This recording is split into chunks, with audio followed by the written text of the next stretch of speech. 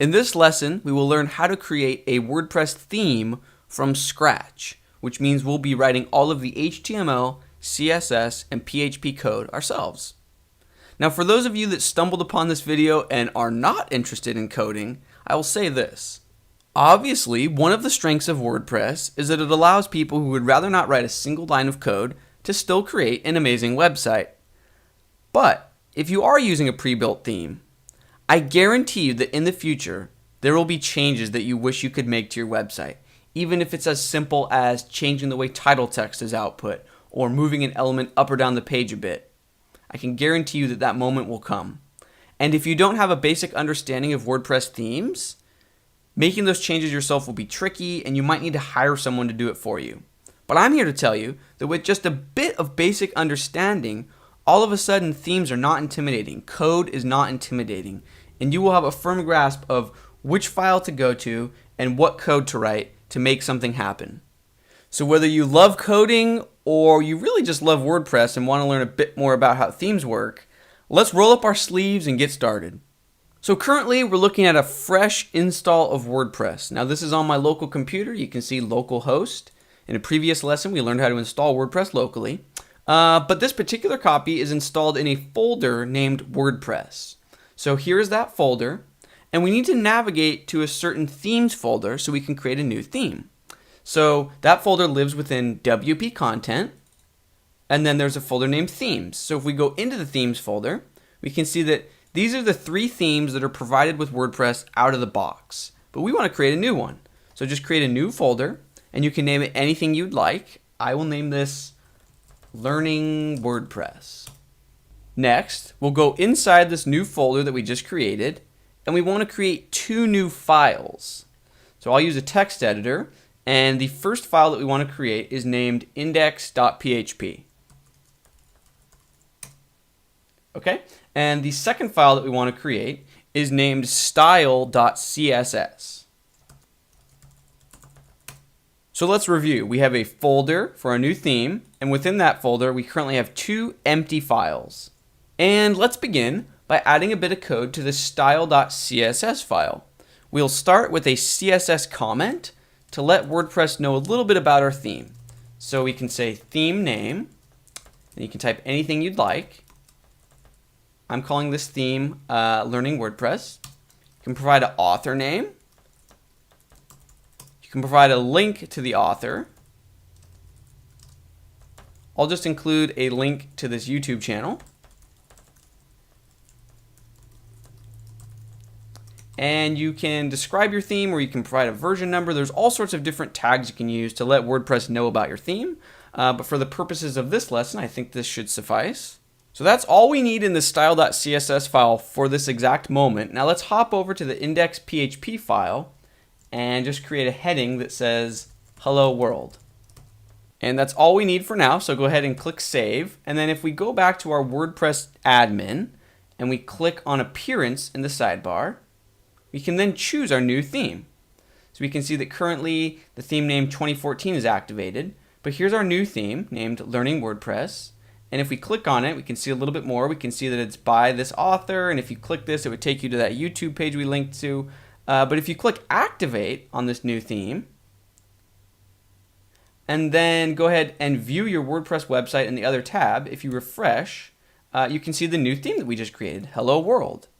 Now, obviously, this theme is useless. No one wants a theme that just says Hello World. So let's give ourselves a real-world task. If we head over to our posts in WordPress, we can see that we have 2 posts, example post and Hello World. So let's give ourselves a goal. We want to output the title and the text for these posts on our homepage. So let's write the code to make that happen. So let's hop over to index.php, get rid of Hello World, and let's open up PHP. If this is your first time seeing PHP, do not worry, it's just a different scripting language. So if HTML is how we define and display our content, PHP is a scripting or programming language that lets us talk to databases, that lets us do more dynamic things. So for the time being, we're hopping into PHP so we can write code that talks to WordPress and gathers our content so we can output it on the page. Now the first bit of PHP that we will write together is referred to as the loop. The loop is central to WordPress, and it's aptly named. what we're going to do is loop through all of the different posts and output them on our page. So here's what the loop code looks like. We begin with an if statement. So if a condition is met, if we have posts, we want to do something. And what do we want to do? We want to loop through all of our posts. So while we still have posts left to loop through, we want to do something with each post. Then we'll end this while statement. Oops. So now any code between this line and this line will get repeated for each blog post. So we can include something like the title and the body text here. But let's go ahead and finish our skeleton logic. So we said, if this condition is met, if we have posts, do this. But what if we don't have posts? So we'll use an if the else, and we'll say, go ahead and echo a paragraph that says no content found. Okay, and then we'll close out our if statement, and we're good to go. So now any code we place between this line and this line will get repeated for each post. So let's go ahead and drop out of PHP here, and then re-enter PHP on this line. So now we can include plain HTML on these lines. So we can say h2 title should go here. And now if we refresh our page, we can see that there are 2 titles, which corresponds with the number of blog posts we have, 2. Now watch how easy WordPress makes it to add the dynamic title in here instead of this dummy text. All you need to do is drop into PHP and simply say the title. WordPress has a function named the title, which makes it this easy. Now if we refresh our page, we see that the 2 relevant titles for our blogs are there, example post and hello world. And yes, in case you're wondering, WordPress makes it very easy to add the actual content. If you believe it or not, they have a function named the content. And if we refresh, we can see that there you have it. The content for each blog post has been added. Now let's go ahead and make these titles links so that if you click on one, then you're only viewing that blog post. So we'll create a hyperlink surrounding that text. And then instead of putting a URL in here, WordPress has a really neat function named the permalink. And it's that simple. So now if we refresh, we see that each title is a link, and if we click on it, we're taken to a page with only that post. So now that we have a page that's communicating with WordPress and outputting dynamic data, let's worry about adding a proper header and footer to the layout.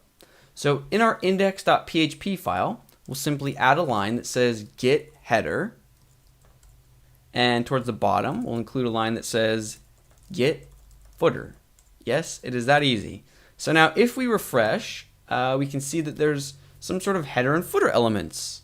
The header consists of our site name and our tagline, and then a horizontal rule, and the footer has a bit of text as well.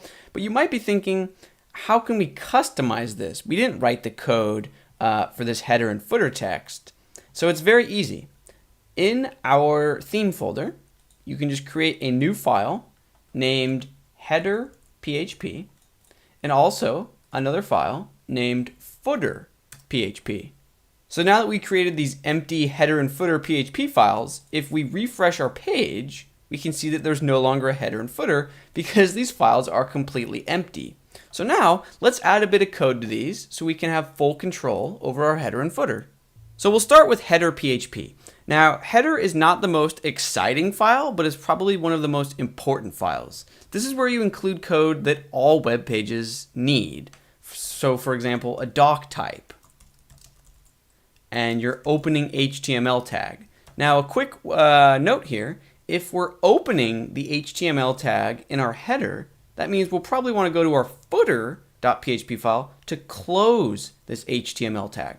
So in footer, we'll close HTML. Now back to header, we also want to include a head section.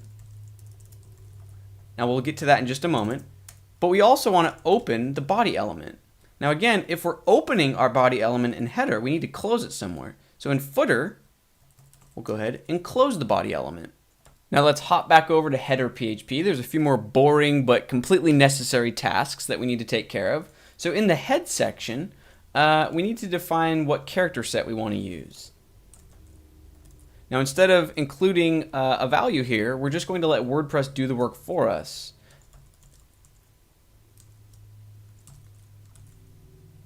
Using this function. Okay, and we also, let's include a line to make our site responsive. So we'll say viewport content equals the width of the current device. And let's include a very simple title. So this is not optimal for search engine optimization. We'll learn how to optimize the title in future lessons, but for today, let's just very simply output the name of the site. So we'll say blog info name, drop out of PHP again, close the title. And then finally, before we close out our head section, we want to use a WordPress function named WP head.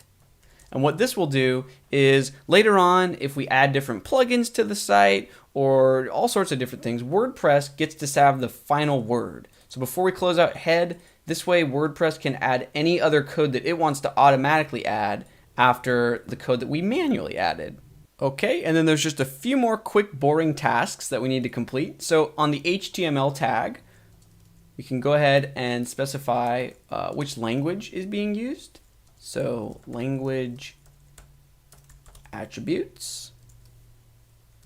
And then on this body tag, WordPress has a really neat function named body class, and we'll get into why this is useful later, but basically it's going to allow us to target different pages with our CSS very easily. So for now, all we need is to open and close PHP and then use a class named use a function named body class. So now that this heavy lifting is done, we can add the code which will define what we actually see visually at the top of our page. So for example, the name of the website or the phrase or motto of the website. So we can include a section named site header, and we'll just include the proper code. So we'll say in this heading 1 element, let's output the name of the website. So that's the blog info function, and then we can pass it a parameter of name. That will output the name of our site. And then we can include heading level 5 or whatever element you would like. And then output the motto or phrase or tagline for the site. So again, we'll use the blog info function and we'll pass it a parameter of description. Okay, and now if we refresh the page, we can see that our title and description are in place. Now, let's go ahead and make our title a link so that it takes us to the home page of our site. So we will wrap this text in a hyperlink.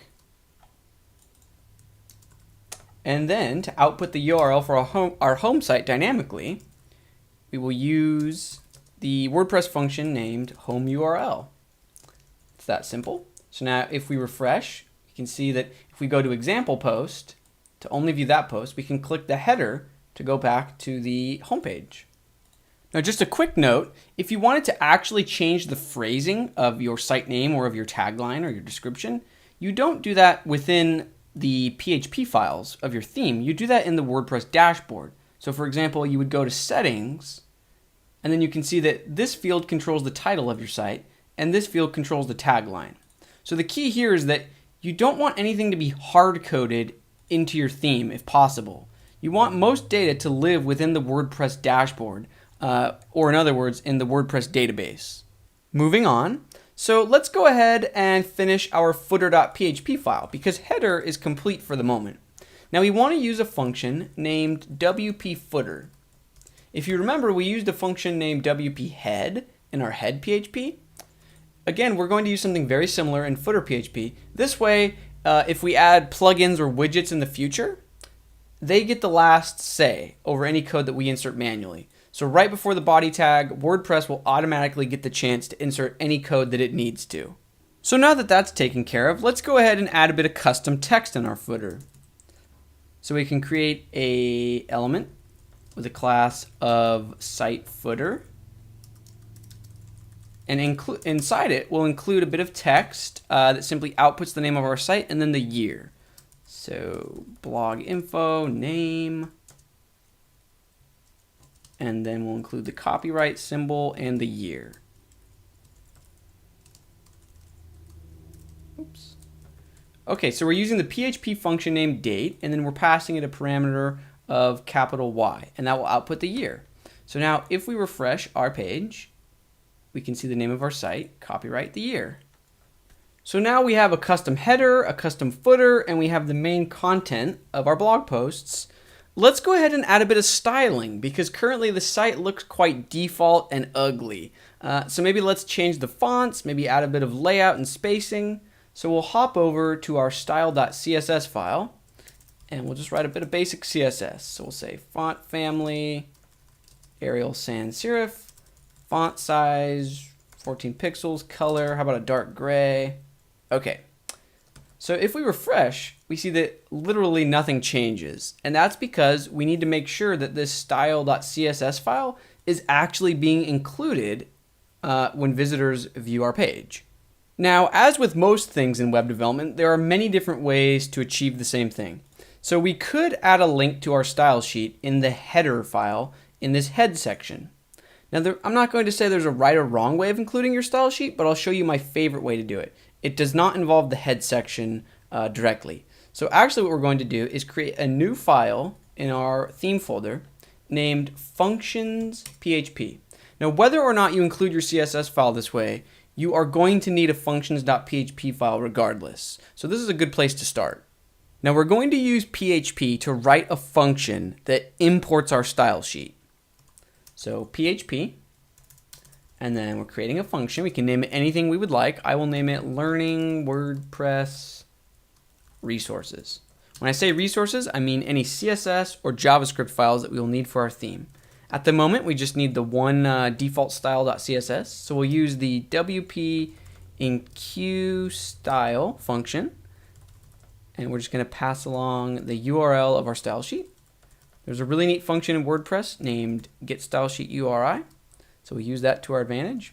So our function is complete. Now we just need to add this function so that it actually runs. So add action. Oops. And then we're just going to pass in the name of the function we just created, which is Learning WordPress Resources. Now this may seem like a long-winded way to simply call in a CSS file, but trust me, as your theme grows more complicated and you're importing more files, you will be very glad that you did it this way. So now if we refresh, we can see that the font changes because our style sheet is being included properly. So now we can hop back to our style.css file and continue to improve the appearance of our layout. So let's go ahead and give the text a little bit more line height in between each line. Let's try this value. Also, let's change the color of the links. Here's a nice blue value. So if we refresh, we can see that there's a bit more spacing in between each line. The links are now using blue. Let's go ahead and give the site a max width. So we'll create a comment that says general layout, container, max width. Let's go with either 920 or 960. We'll center it horizontally. Give it a bit of padding for smaller screens. Okay, now if we refresh, nothing will happen because we need to add this container element to our HTML. So there's a corresponding element. So we'll hop over to our header.php, and right after the body tag, we can simply create a div with a class of container. And we can indent this a bit just to stay organized. And then in our footer file, at the very end, right before WP footer, we'll add the closing div for container. And we can indent this just to stay organized. So now if we refresh, we can see that our max width is taking effect. Now let's give ourselves another task. Let's add subtle borders underneath the header, in between each post, and then above the footer. So in style CSS, we can create another section. I'll call this header, and we'll target the site header and just give it a border bottom. How about 2 pixels solid and medium gray value? And then we'll also target the footer, so that's site footer, and we'll give it a border top. Same style. Let's give it a bit of extra space above the footer as well. So margin top, 30 pixels. Okay, so if we refresh, we can see that we have borders below and above our header and footer. Now let's add a line in between each blog post. So to do that, we're going to want to head over to index.php, and remember, we wrote our code so that anything in between this line and this line gets repeated for each post.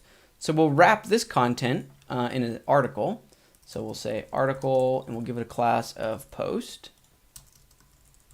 And then we can indent these lines just to stay organized. So then we can use our CSS to target this post element. So now we'll say article post, border bottom. How about 2 pixels, but instead of solid, we'll go dotted. And how about a lighter color? So if we refresh, we can see that that's now in place. Let's write a little bit of extra code so that the last blog post doesn't get the border, only all of the ones besides the last post. So we can simply write article post last of type border bottom none. And there you have it. Now I think this represents a good stopping point for this lesson. Let's review what we've learned so far. We've learned how to create a WordPress theme. You simply create a folder in the themes folder of your WordPress install. And then inside that folder, you create these different files that correspond with different parts of your site. So index.php controls sort of the HTML that gets output. Header and footer obviously control the header and footer. Functions is where we're going to include all sorts of neat code, but for now, it's where we are including our style sheet. More will come in this file very soon. And style.css, that's where we give our theme a name and an author and a version, and then obviously all of our styles to control the appearance of the website. Now in the next few lessons, we'll learn that there's much more than just index.php, which controls the HTML. So for example, if we wanted to create a WordPress page, well, instead of index.php, we could create a file named page.php, and that would control the HTML for pages. And also, we can create a file named single.php, and that will control the way that individual post pages are displayed. So we'll learn that there's much more than just index.php. There's a whole slew of files that you can include in your theme to really get fine-grained control. Now in our next lesson specifically, we will learn how to insert the navigation menu right towards the bottom of our header so we can hop back and forth between the home page and maybe an about page, so on and so forth.